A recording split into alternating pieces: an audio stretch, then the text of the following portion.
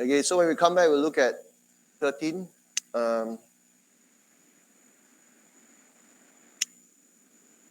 The transformation of the WTO, the GATT to the WTO.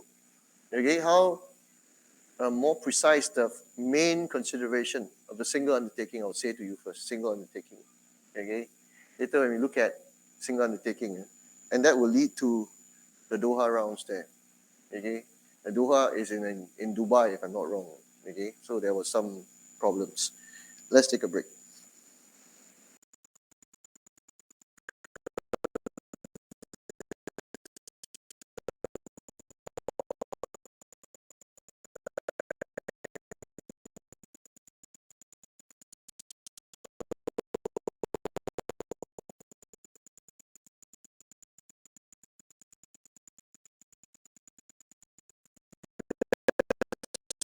Where I see the challenges, and then I can address the challenges. Okay, but don't be afraid to come and see me.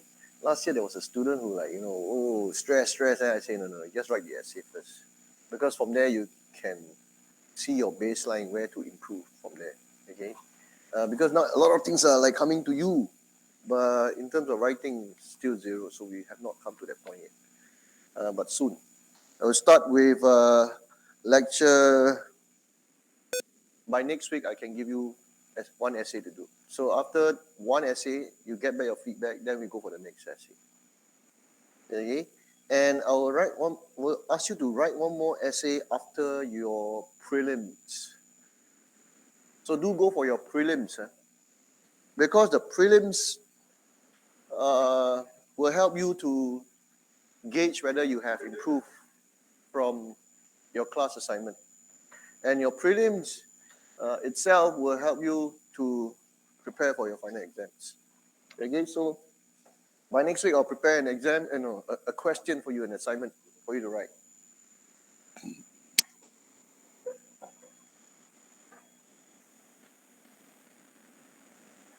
Okay, Francine, Nico, Prem.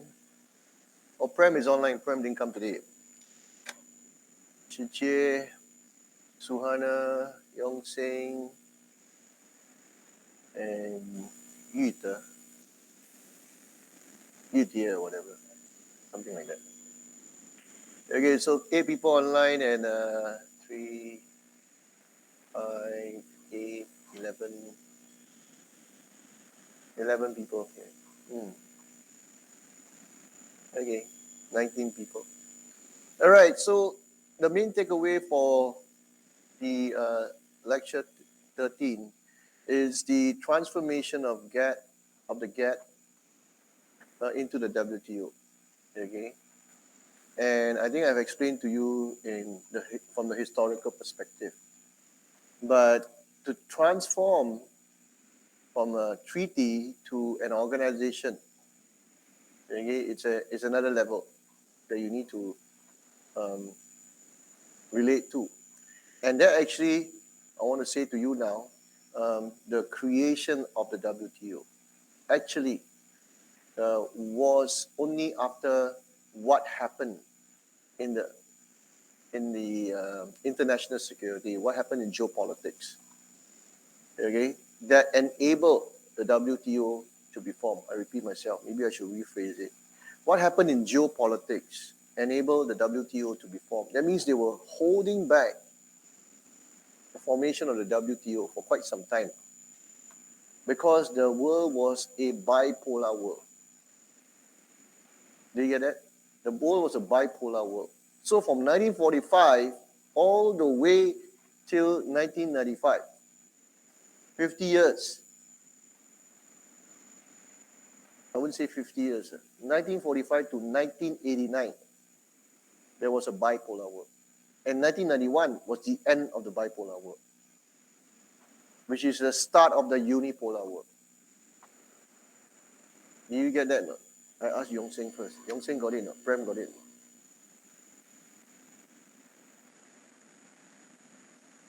I must think of the people online. You know?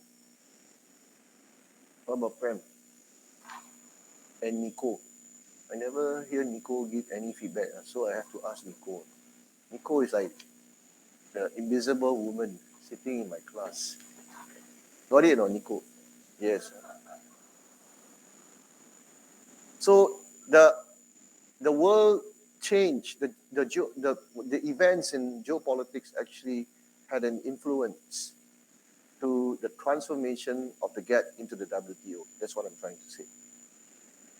Okay, it transformed from in the geopolitics arena. It transformed from a bipolar world to a unipolar world, which means to say the fall of the Berlin Wall was considered. The fall of the Soviet Union had an impact or contributed to the formation of the WTO. Okay, it happened privy to the formation of the WTO. Okay, at the same time, you must also take into consideration the Chinese were ready to join the WTO. So in 1991, Bill Clinton announced that he would like to welcome China into the WTO. But why did he faced a lot of resistance in Congress. Okay, so the people say people in Congress are xenophobes.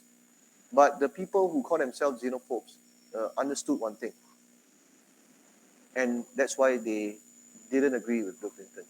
What Bill Clinton was saying was that when we open up or we allow China to come in to the WTO, the Chinese one day will be like Americans.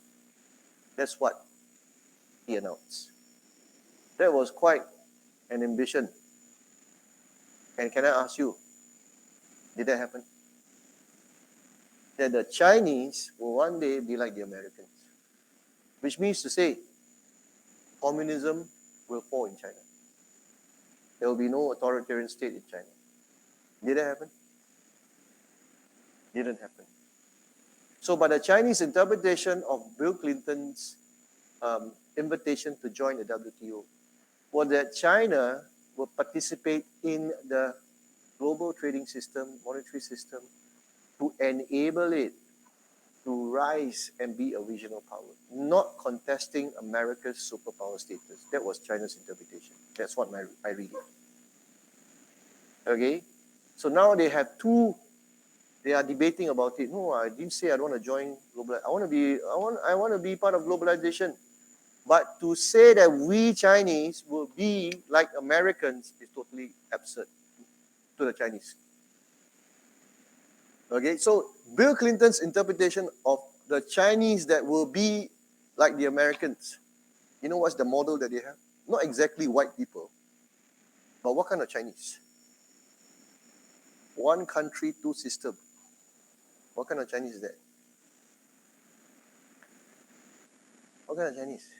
Christianized Chinese.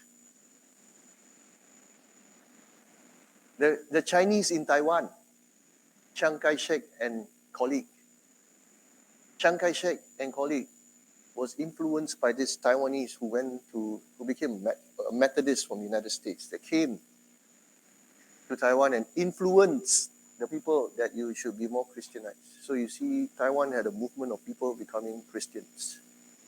So the ideology of the Americans, when you look at the Chinese, is that you must be more Christianized. You just follow three examples. One, Taiwan. Option number two, give you multiple choice, Option number two, Hong Kong. Option number three. Who? Huh? No, Chinese. Option number three, Singapore. So you choose. Taiwan doesn't make sense. It will be slapped on our own face right now. How can we all say we agree with the Kuomintang? Cannot. Hong Kong, yeah. In 1997 they say 50 years then we will be the same. Then we can the interdependence, like very novel idea actually. That China will develop, modernize like Hong Kong, and then we will be the same. The third one, of course, the man passed away, and he said, you should follow Lee Kuan Yew, God of all gods. Next to Kuan Yin is Kuan Yew. Fantastic man. So we have this opportunity to follow three. But for the Chinese, they admire Singapore because it was an independent state that in itself developed and modernized itself compared to the three. So the Hong Kong model will be following what the British want. So I don't like. The Taiwanese model will be a slap their own face. So they want to follow the Singapore model of the three. Okay, so you need to consider these events in geopolitics. 1989, 1991, and China preparing to join the WTO in 2001. So in 1991, you like, oh, the hell, 10 years later, China will join the WTO. But in hindsight, 10 years is very short. Right or not? But at that point, in 1991, you look at China join WTO, it's like, yeah, right. But in hindsight, it's very short. Okay? Then, that's how, when China joined the WTO, and you have these institutions of what? Rules and norms, and they will be guided by one thing here. Maybe I'll go straight to the point. Okay, this is what we discussed earlier. So usually in my lecture, this one. This single undertaking. What is that single undertaking? I'll repeat myself again. Was that the West, the core states in the world system, the core states, okay, will promote to the developing countries that they have to have economic liberalization in order to have access to the markets of the core state. Got it? I want you to type it out because you'll feel it when you type it out. Okay, the single undertaking is that the core states were promoting economic liberalization to the developing countries. In return, the developing countries will have access to the markets in the core states. Get it? Yong Sing got it? Graham got it? What about Nico and Francine? Yeah, very important. Because that's a departure from GATT. GATT was like consensus, take your time, like ASEAN like that. And then go eat buffet. It's okay, no problem. Nothing happened. Oh, Myanmar, leave it to the Americans. Oh, Rohingya, I don't know my problem. And that is very consensus. Okay? So, you must be very clear about this. So they institutionalize this thing, the notion of single undertaking, and that's what I've just said to you. And that is also the inflection point of greater inequality between the core states and the peripheries. So later we will start to tie back to what the COP26 is all about. Okay? So now we're very clear that the single undertaking was to serve the interests of the core states. Okay? And overshadowing it was the rise of China. A developing country out of poverty, growing rapidly. And overshadowing it, not just the rise of China, was also the rise of India. Okay, so India also modernized and industrialized in the 1990s. Okay, a lot of people don't really pay attention to India. India, democracy. The whole world has been focusing on China, but there were two Asian giants that were coming up.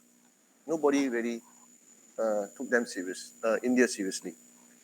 But India was very important for, until today, Britain. Okay, so these two came up. And Africa was actually under a lot of stress, the economy. Military coup, diseases, all kinds of things was happening in Africa. But there's one country that went to Africa to help Africa. Which country is that? Not United States, not the core states, but it was China. So China went in there, took the risk. What was the risk? That these people may not even pay you. They're so corrupt, right? So what was the risk that China took? Was to help them to build the infrastructure. And not based on rule-based international order, which is the whatever the international organizations have set out. China did a relationship-based transaction. This is how the Chinese do it. They call it countris, based on relationship. They help Africa to, I wouldn't say come out of poverty, to get out of that lowest point of their civilization, all kinds of diseases, no infrastructure, women were abused, all kinds of things were happening. All the development studies, all the negative things you can study about is all happening. It was all happening in Africa. So they got them out of it, and they did one more favor for the continent of Africa, was to connect all the ports and all the roads that you can, start to have this interconnectedness across Africa. And that actually helped countries like Nigeria, Ethiopia, okay? All these countries that were really poor, Botswana, Ghana. If you do study Africa, then you will appreciate that better. All these countries that were never ever considered to be a country that would ever come out of that situation came out of it.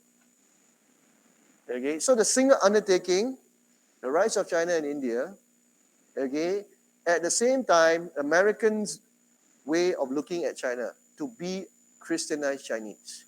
If you put them together, the conflation of all these things here, you bind them together. Okay, at the same time, the single undertaking was creating that inequality. So the rise of China became a perfect storm for the world economy, I would say. Why? Because the developing countries went behind China and supported China. Why? Because China had an interest in all these developing countries.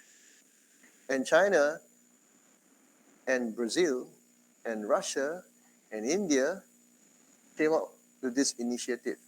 Not an institution, but an alliance called BRICS, BRICS. That was an alternative to the World Bank. Okay? So that's a perfect storm. So when they had alliance, people thought like, yeah, good, the alliance, but actually that was a perfect storm for the trade war.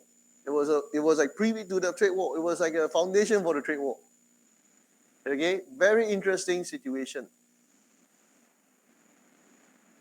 Okay, so it wasn't just the single undertaking that led to the tension in Doha. There were other things that were happening. You have to consider the international security again. So I explained to you that it was the rise of China. Okay, so everyone thought, oh no, the Soviets are dead, but then still there was another one. The next political experiment of the Americans was to Christianize the Chinese in China. Okay, so there was resistance to it. Okay, so in 2001, when China joined, everybody like, yay. First you have 1997, Hong Kong returned to China. 2001, China joined the WTO. All the news until 2015 has always been what? About China. Never seen a civilization so good. Can come out, industrialized so fast. For 15 years, they've been saying China so good, so good. At the turn of the clock on November 5th, midnight, Donald Trump, finish. Let's make America great again. That was the end. For 14 years, okay, for 14 years, it ended just that midnight finish. So the stock market was, for 1 minute, down 1,000 points. The next hour, up 3,000 points. I'm like, wow, this is the response from the investors in America. It was 13,000 points. Today is 35,000 points. Almost 3 times, 200% jump. So the money market itself has changed altogether. Okay? Why is it that they change? Because the American government put money into the market to help their companies. Okay? You have to understand that money itself comes after the security in terms of American politics.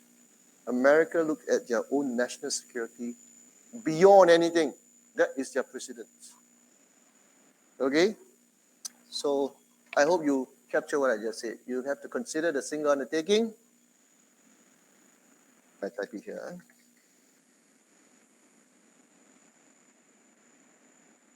Okay? The rise of China and India. Then formation of BRICS.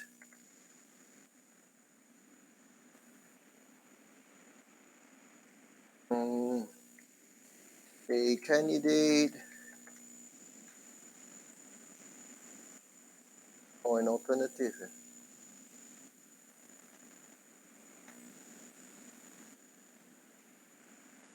The World Bank and IMF. Okay? So these are the considerations you have to make. So the Doha Rounds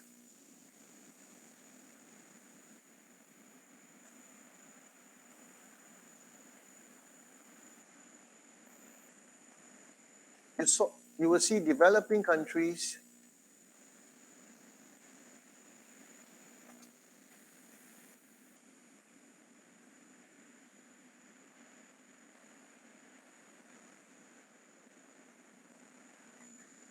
rallying behind China and India.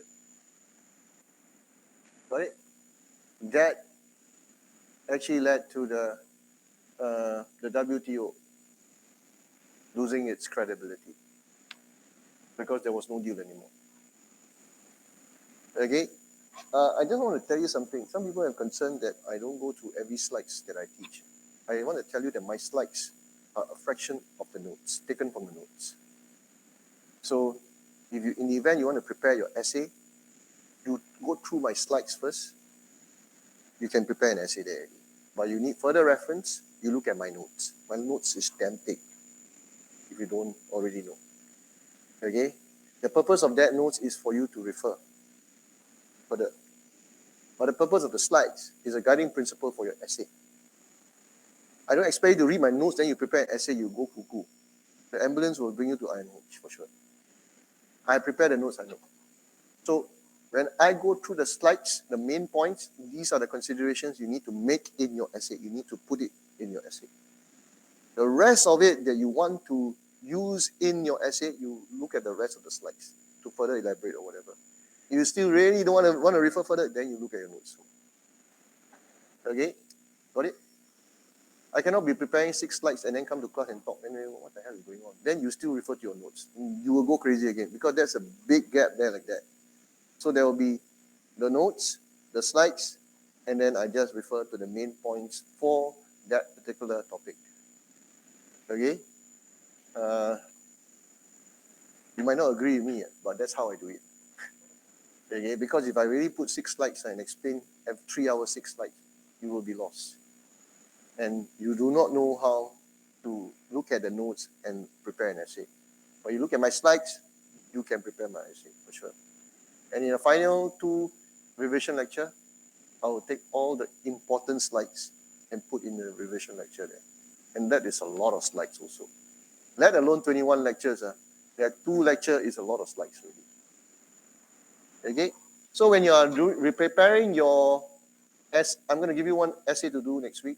You look at the topic. You might be a conjunction of 2 topics there. Then you got a lot of slides to look at already. And if you go further and read the lecture notes, right, there's a lot already. Very, very in-depth. Got it, people online, did you hear it?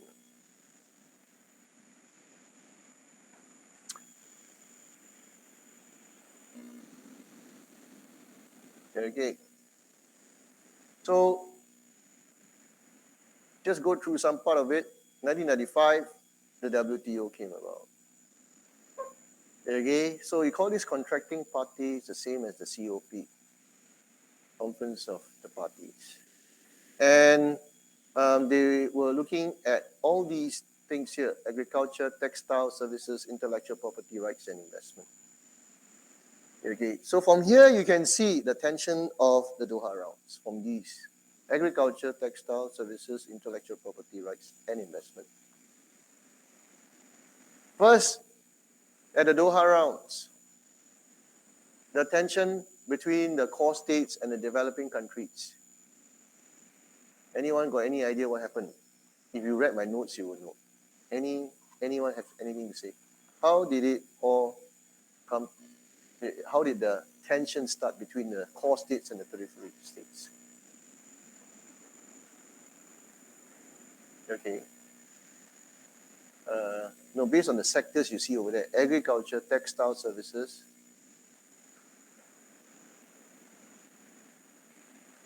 Yes, agriculture. Okay. So what about it? Maybe you can provide some insights if you have any idea.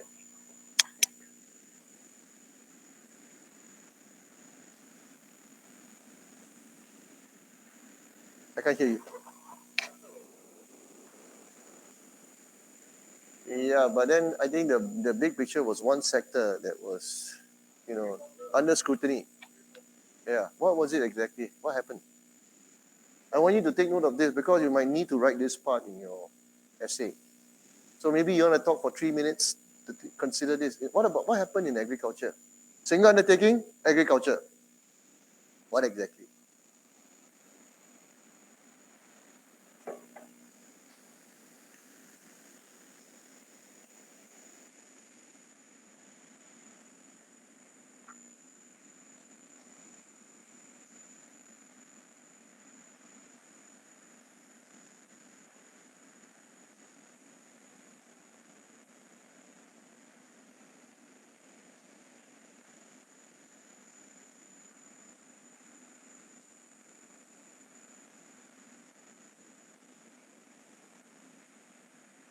Anyone online got any idea? Single undertaking and agriculture.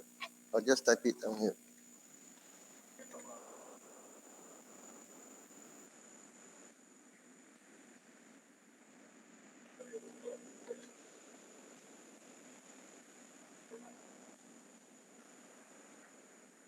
What about it?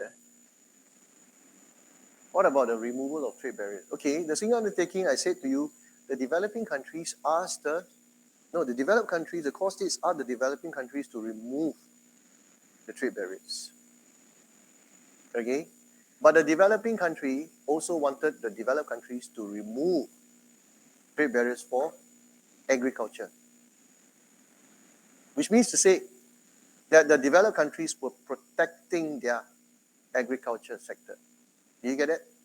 You get it?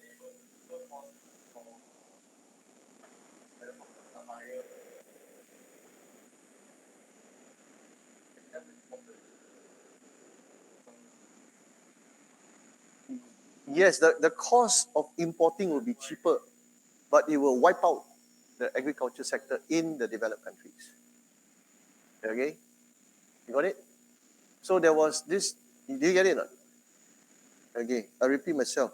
The developed country wanted the developing countries to open up every sector. Okay, you write that down. You need me to you need to tell me to slow down. Just say so lah. Don't act like cool. Yeah. But I didn't understand. Just say stop lah. I won't scold you one. I'll just repeat myself. Yong Seng got it or not?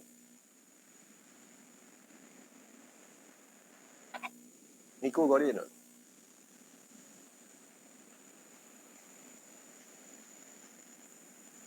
You need a minute.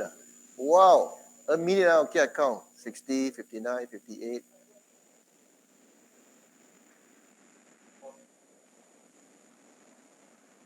Yes. Yes. Every sector must open up in a developing country, the periphery states. Yes. Yes. No, I haven't finished yet. The single undertaking still got the developed countries okay, they have the right not to open up certain sectors. Got it? So the developing countries must open up every sector. But developed countries say that they will not open up certain sector. That's how the tension started. Which means to say the developed countries will protect their agriculture sector. Got it or not, Nico?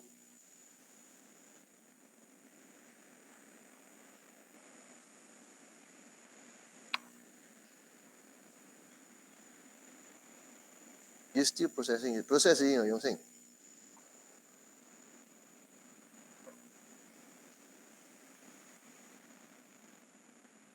So I repeat one more time. The single undertaking required, the core states required the developing countries to open up every sector. Every sector. Okay? But the developed countries would not open up every sector. And one of the sectors that they wanted to protect and still protecting is the agriculture sector. And the reason they gave was Europe or Japan, all these core states, would want to secure their food security, not be dependent on other people for food security, which is not a bad argument actually, unlike Singapore. Singapore doesn't need to protect its food security. Singapore is very special. But for the Europeans, they use that as food security as the argument, the compelling reason for them to protect the agriculture sector. Got it, Yong Sing? So the debate goes like that. I wanted to protect my food security because it will actually impinge on my national security. But for you, you got so much food, why do you worry? You definitely don't have a problem about food security. You have more than enough. Okay, but the problem was that if everyone were to open up their agriculture sector, what will happen to the margin for agriculture? There will be oversupply. The margin for the farmers will drop. You wipe out their industry, actually. You let them go and kill each other.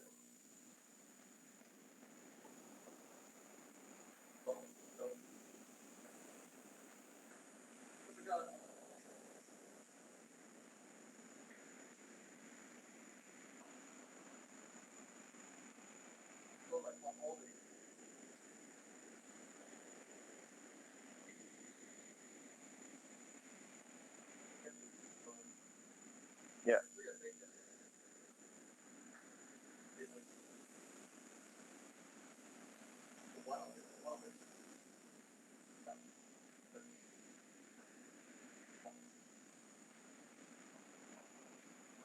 The imports by Europe and America to agriculture products. They didn't agree to that.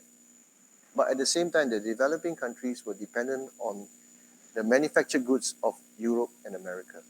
They cannot do without that. They cannot modernize. So it's very unfair in that sense. So the Europeans say, but you still need my things, so you have no choice but suck thumb and listen to me. That's what they're saying indirectly. But for the single undertaking, you say everybody is supposed to be equal, but they put a clause upon themselves. Agriculture. The agriculture, I do not want to touch that. That's when the dispute started. Get it? It's supposed to be fair, but because of security, I don't want to discuss with you on this. So you don't want to discuss, Hey, you don't want to discuss, that means you're going to ask us to open up and we kill ourselves. That means you're going to make us worse. So got one person came, don't worry, I help you. My economy is growing. I absorb all the products. Who is that? 2 economies. I absorb all your products. We are giants. Add together 2.7 billion people. China and India. Wow, then everybody like, oh, say liao. The Hokkien people say, oh, say liao. Okay, this is the time they absorb, so we rally behind them. And the Chinese and Indians were representing the developing countries in doing one thing. This is not fair. How can you do this to developing country? You are. That's how it got worse. So if the Chinese and Indian did not protest, right, it wouldn't be like that.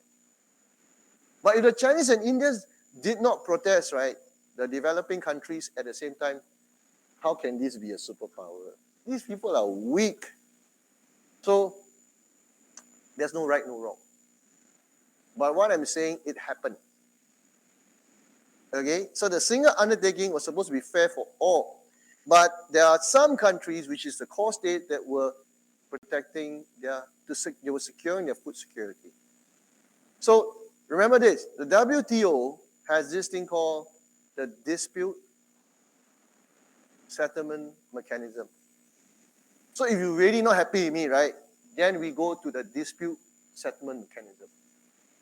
But it didn't happen that way. They were having a shouting match at the WTO there on its own. Okay? At the same time, the Africans were very happy to support China. Why? This fella can't build my infrastructure. No, why am I complaining? And on top of it, China is helping us. You know why they're helping us? They demand so much, the prices of commodities goes up, and we do barter trade. That means I pay them lesser. I don't have to take out a single cent. All my agriculture produce go to China at a higher price. So China in itself, at that point in time, okay, I told you it's a perfect storm really. They go in there, they push up the price, the African countries supported them, Africa saw the benefit of China building the infrastructure, and it became a threat to the United States of America. So that regional power wasn't a Asian regional power. It was going to the next region as well, Africa. Okay, so if you say you're a regional power, you're just going to stay within Asia. But China was extending itself to Africa. So you're not a regional power. Your ambition is to be a global superpower as well. So you cannot tell people, no, I just want to, then why Africa, why you do like that? No, it's a transaction. It's a transaction. But do you know you have built a lot of political capital there? You have accumulated a lot of political capital. I can show it to you. The WTO, everyone was supporting you. Okay, so this is the problem. So it's exploitation in the name of security. Yes! That was it. So the Doha Rounds. Okay, so just less than how many years? Let's go to the various rounds there. So you have a binding dispute settlement mechanism, which if let's say they really go to that dispute settlement mechanism, right, on its own, it will sure favor the core states for sure.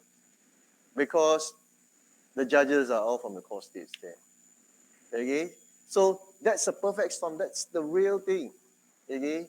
So you can go and look at the 1990 single undertaking, privy to the WTO in 1995. So the 1990, they were already preparing for it, which means to say, they saw the collapse of the Berlin Wall. Let's do this. The collapse of the Berlin Wall of 1989. In 1990, they have this single undertaking. Okay? So that was the foundation of the WTO, the single undertaking. On paper, it looks, on the surface of it, it looks perfect. Everyone will be agreeing to it. But then there's one or two people who say, no, our food security. Until today, Singapore can have free trade agreement with everyone. Why? There will be no issue on agriculture. Singapore can have free trade, anyone. No issue. Agriculture, hello, we don't have any more, man. Zero lah. Instead, we are asking the Japanese, the people who, can produce eggs, right? The egg farmers to come to Singapore and do industrial farming. Please come, we'll need you for food security. So the only country that is very open for trade is Singapore. There's no agriculture. You got it? So the government will not want to develop the agriculture sector. This PAP government. Why? Because it actually makes negotiation more difficult. Right or not? Makes sense or not? So no agriculture, Polish eggs also can, Indonesian eggs, any country, you just give me your eggs. Okay? Chicken anywhere also can. It's still chicken, whether Philippines or Malaysia, Indonesia. We got no chicken farmers. Fish, we got no, don't even have fish. We reclaim land, all the fish died already. Okay? So that's the problem here. So there was supposed to be, I repeat myself, it goes back, this is the two things that I said to you, transparency and reciprocity. That was the principle that they wanted it. It didn't happen. So the COP26 would be about transparency and reciprocity in order for development to be sustainable. I repeat myself. Just now I show you the 4 key principles of GATT. Okay? And I told you that COP26 moving forward when Britain takes leadership is going to be about transparency and reciprocity. That's for sure. If not, nobody wants to go back to the trading system one. So you're going to have to bind the trading system and sustainable development, and it will require transparency and reciprocity. Okay? And that was the same reason why the WTO collapsed. Because there was no transparency and there was no reciprocity. Why no reciprocity? Because the developed countries say, I will not open up my agriculture sector. Got it?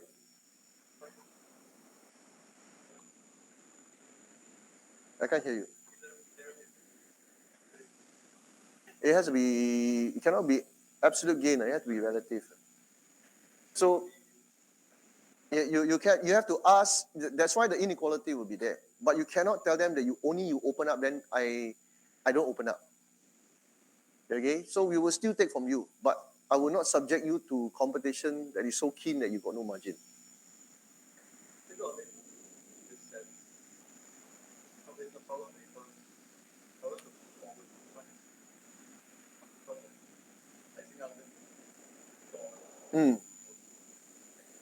Yeah. So everyone has to agree, but this time is more complex.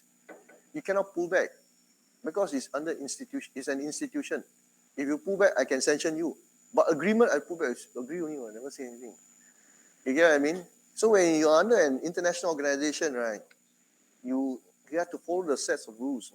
When you are just an agreement, it's just initiative talking only, discuss only. Okay, so you cannot pull back. All right. So the rest of it, you can go and read it. You have the Tokyo Rounds. This didn't really take off much because there was still a Cold War between the United States and the Soviet Union. And you can go read that. Then, nothing really happened. Then all the mission is all, motherhood statement for you to read.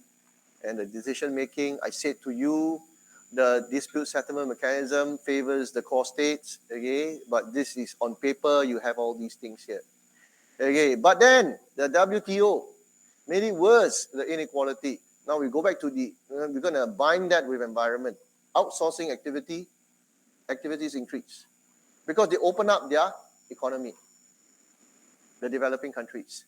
So they have to welcome all this manufacturing from the MNCs. Okay, so the environment was damaged even more with this single undertaking. While they are still disputing, hey, why you never open my agriculture economy? The governments of the developing countries were no choice. They were like, okay, never mind, create jobs for us, continue with the manufacturing. The global production network expanded. America was enjoying the best of times, everything import very cheap. Europe also can get imports very cheap, made in China, made in India, made in this, made in that, everywhere. You made it all over the developing countries. Okay? Then the MNCs, like we all said, is the primary agent of globalization, was driving global growth. So as you are driving global growth, on the flip side of driving growth starts with E, exploitation. exploiting human capital, exploiting the environment, harming it until it would lead to a crisis. Okay, that's how I want you to look at it. When you study trade, right, you gotta bring in a few things here: international security and the environment here. And the person that was driving growth was the MNCs. So the MNCs represent the core states. They are like the institution of the core states in the international political economy. Any question? Because I see some faces like, I'll ask you later. Can I ask people online? Got it or not?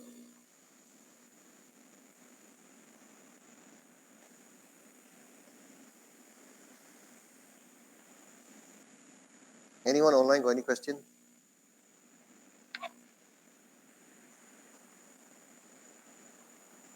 What's the question?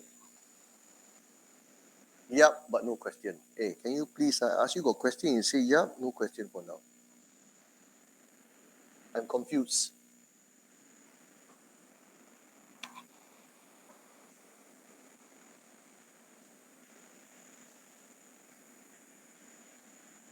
Okay, so all these conflict resolution, the dispute settlement mechanism, right, was just there, but then it's, part of the institution, but not really helping to reduce inequality by promoting trade. Actually, it didn't do much at all.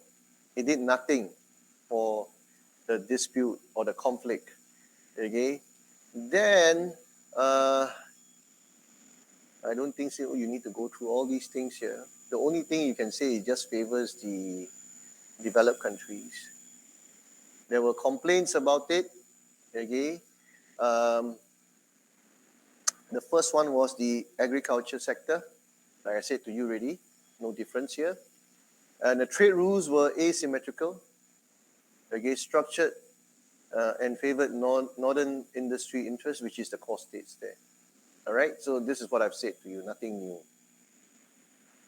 There were problems with intellectual property rights. So the core states complained about the developing countries doing R&D. To be more precise, research and duplicate. So that was another problem overshadowing besides the agriculture. So the core states complain about developing countries. Hey, you never follow the intellectual property rights law. The developing countries say, hey, you never open up your agriculture sector. And the developed countries say, I need to secure food security and the intellectual property rights, I need to protect it for national security. So the developing country, everything also your security lah. You win lah. Everything is yours lah. So we all do what? We get exploited, is it? Got it or not? Can you understand the insights to the problem now? So the developed countries say you do not have intellectual property rights. So that's what they accuse China of also. The developing countries say you didn't open up your agriculture sector. Yeah, that's to protect my food security. You protect national security, food security, everything don't need to open up like that. Then where's the reciprocity? Where's the transparency? Don't have. Okay, I tell you what, we go to the WTO, but the developing countries say no use. Because you'll lose. Can see it, all these white people don't know how to win. Forget about it. Okay? So there's no way we can win. So we go and look for the two giants. The two giants were having their alliance. They were having their presence across where? Russia will be Central Asia. China on its own. Okay, and some of the Asian countries. You have India, will be South Asia. You have Brazil, Latin America. You have South Africa, will be Africa. Wow! So they went around asking for support. And they got the mass support at the Doha Rounds. Okay, so I hope you get all these things here. You don't have to go into so much details of all those WTO initiatives.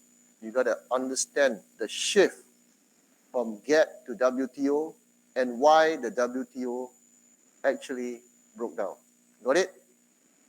I say one more time. You don't have to go into the details of the WTO. That one is your IO class. Not my bloody problem. It's not your problem also. You got to understand how the GATT moved from GATT moved to WTO based on the international security. Okay? And from the GATT to the WTO, there was this thing called the single undertaking, institutionalizing the norms of reciprocity and transparency. Okay? But it didn't work out because of two things, intellectual property and agriculture. So finally it broke down. Okay, they were quibbling about all these, intellectual property. And then the developing countries say, but you ask us to develop what? You come to our place and ask us to do manufacturing, so we do manufacturing, then you say we don't have intellectual property. Then what do you want us to do? You want cheap, you want intellectual property, then if you add intellectual property, then it's not cheap anymore. Definitely not cheap anymore. Doesn't make sense. So, why people talking to themselves, is it? Okay? So all these software, national treatment, all these are part of it, but, you can go and look at it. But of course, let me just highlight to you one thing here. Although the intellectual property includes AIDS, drugs for AIDS, which country was good at producing generic drugs for AIDS? India. And the pharmaceutical companies, the drug peddlers say cannot. Why cannot? It's against intellectual property rights. Then the Indians say, hey, up yours, no. I'm trying to help humanity here. No? You tell me you and your intellectual property rights, what kind of stupid idiot is this? What's that? I can't hear you. Yeah, the same. Instead of helping people, intellectual property rights. Okay, so that's an issue. But the Americans, if you type, you go and Google it, basmati rice, the Americans got the intellectual property rights.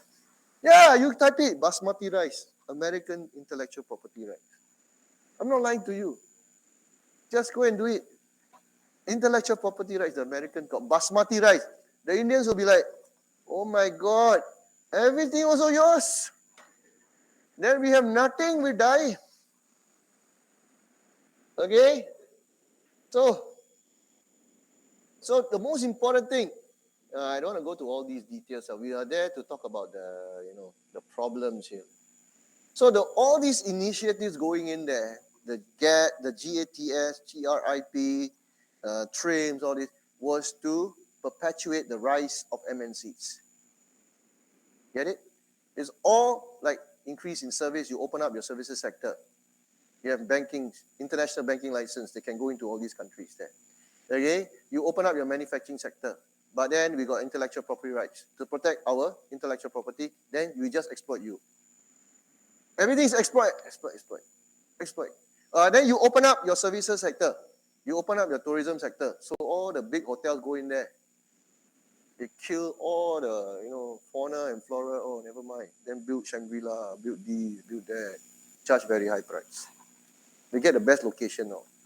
So when you go to your online booking, where you want to go? Yeah, Shangri-La got all over the place. So it helped all these MNCs there. But to the detriment of the environment. Okay? So you get it? So you got to understand the MNCs benefited from this.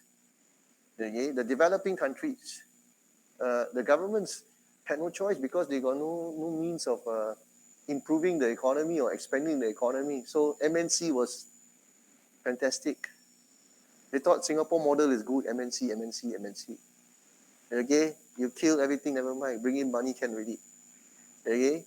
So what happened? The tourism sector, the world tourism sector grew rapidly. And what happened? You're so used to it now.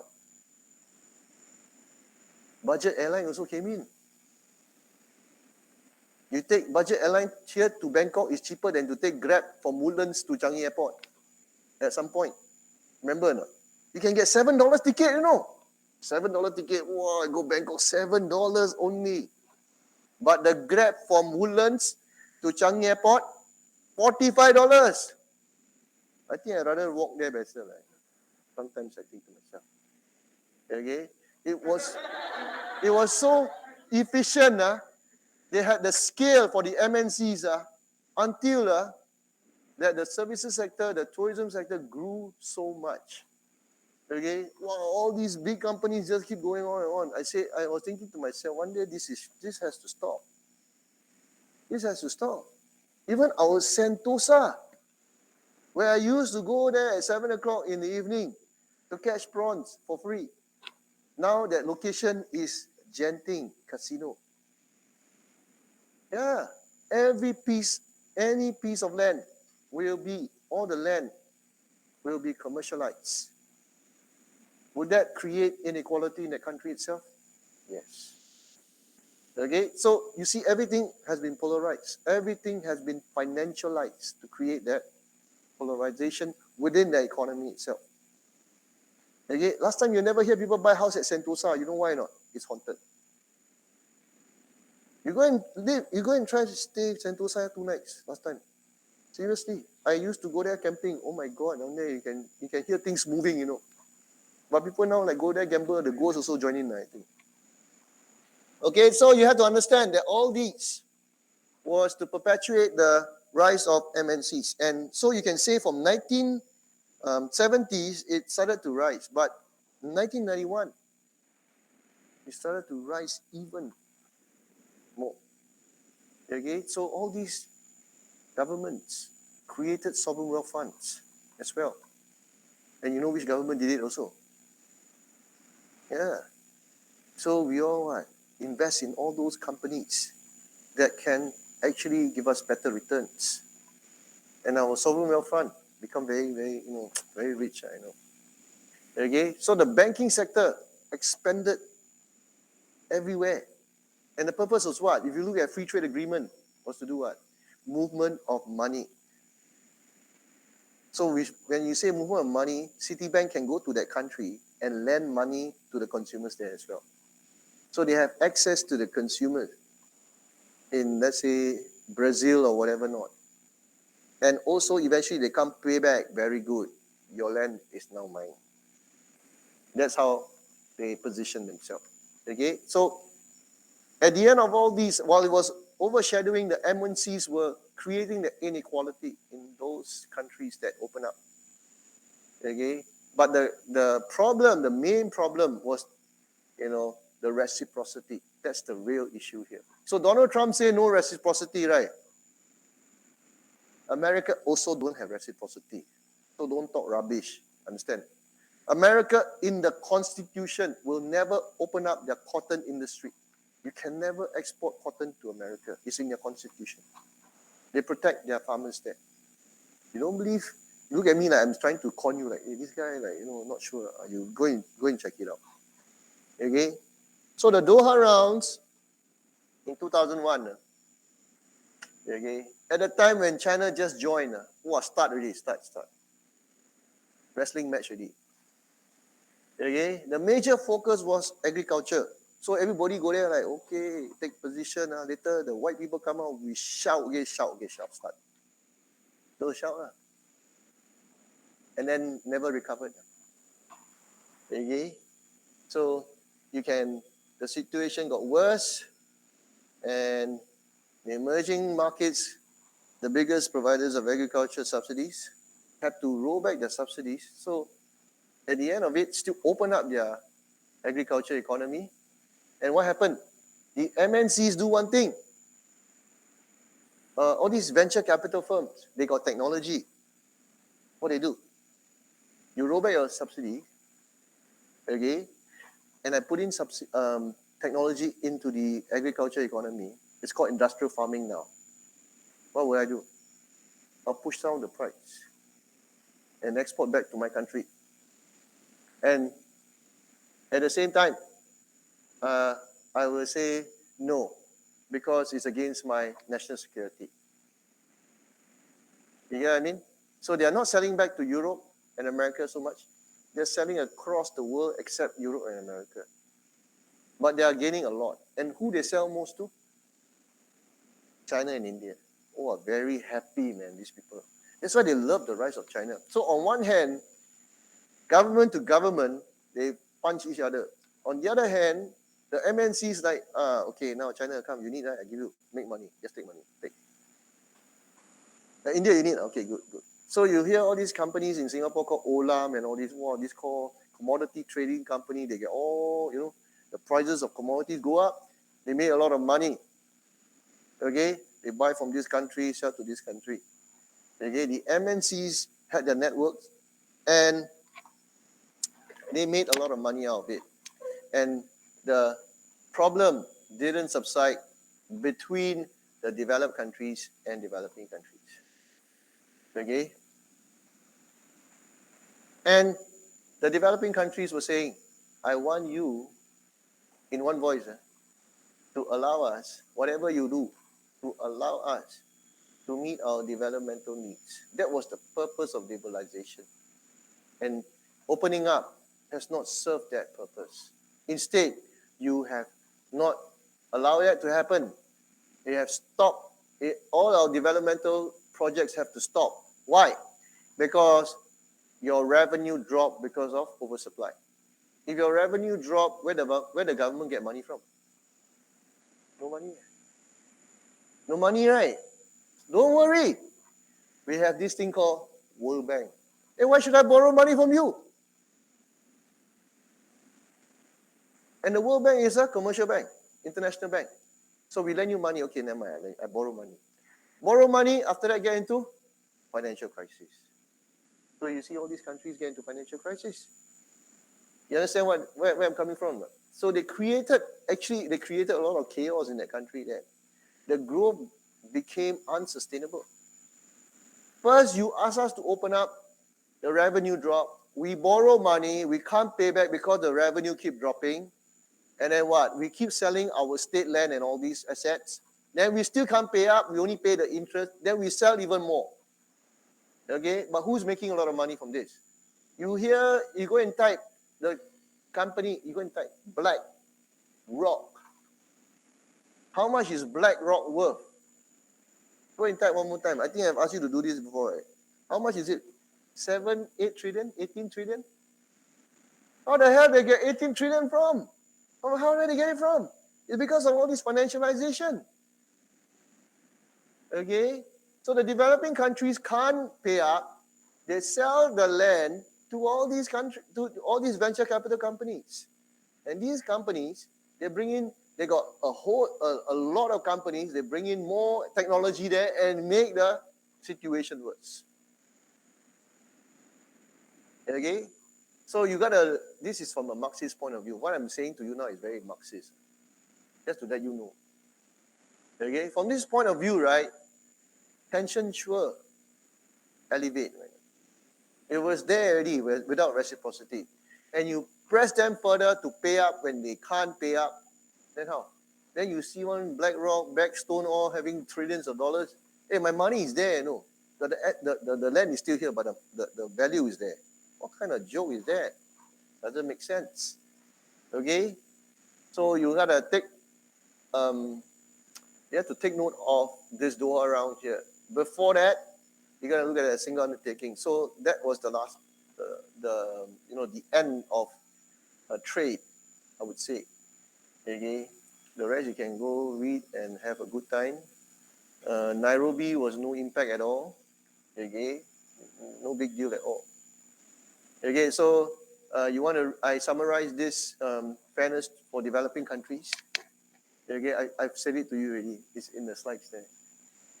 About fairness for developing countries. So the WTO itself created inequality in the world system. Okay, so it's in your notes, this person, Amrika.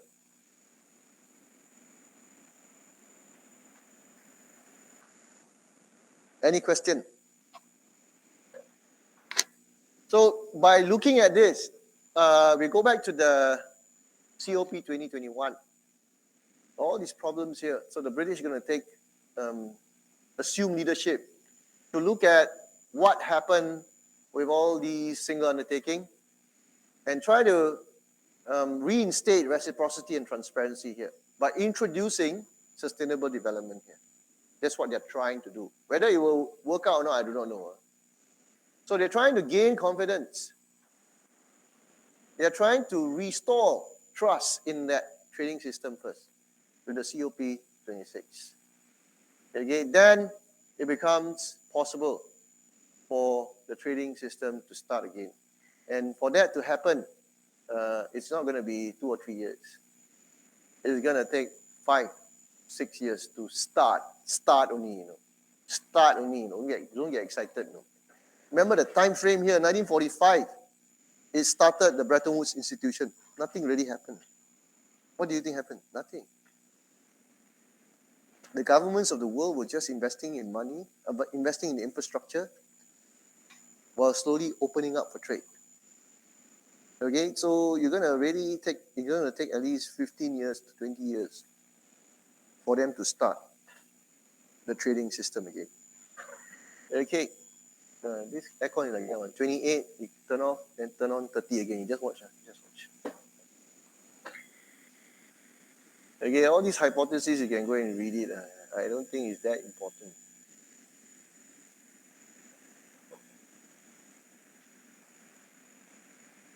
Okay, there are 2 questions that I want you to look at.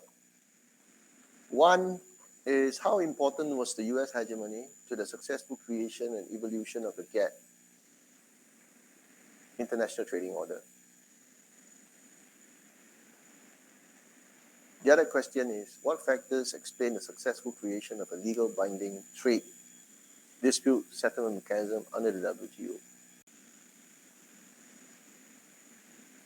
We don't have time to do it, but if you want, you should start with this question as your assignment. So maybe I give you 1 week in advance, this question.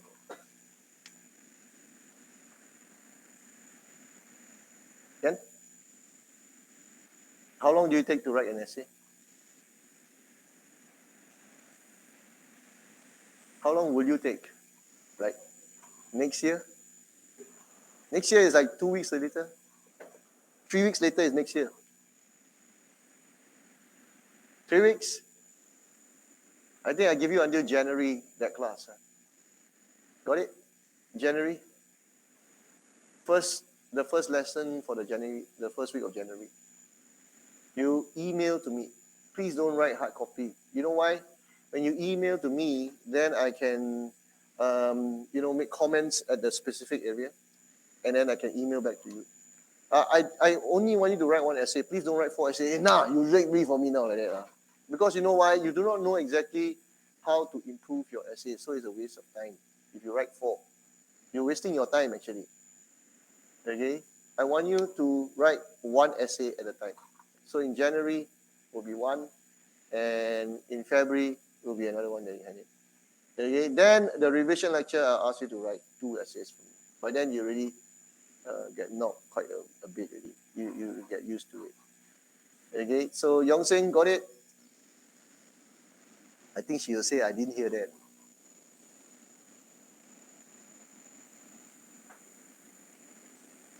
Everyone online got it? So this is your assignment that you will write.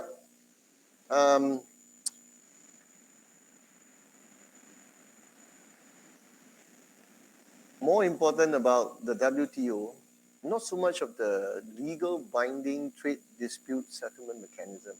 I would criticize that. It's very useless. It means nothing at all. Okay? So you gotta try to put everything together, whatever I've said to you in this lecture, in this particular essay here. What does the WTO mean? What does it mean to you from GATT to WTO? It's very important. You put everything in the essay. If you still don't get it, you can listen to the lecture again. You're very lucky that it's recorded. Last time, no recording. So the student can't hear means like, huh? Now it's recorded. You can go back and look at it. Okay, so I see you next week. We'll do regionalism. Okay, now I want you to consider China as a regional power before you come to class. You must have that approach China as a regional power. Okay? Europe as a regional power. All right, see you.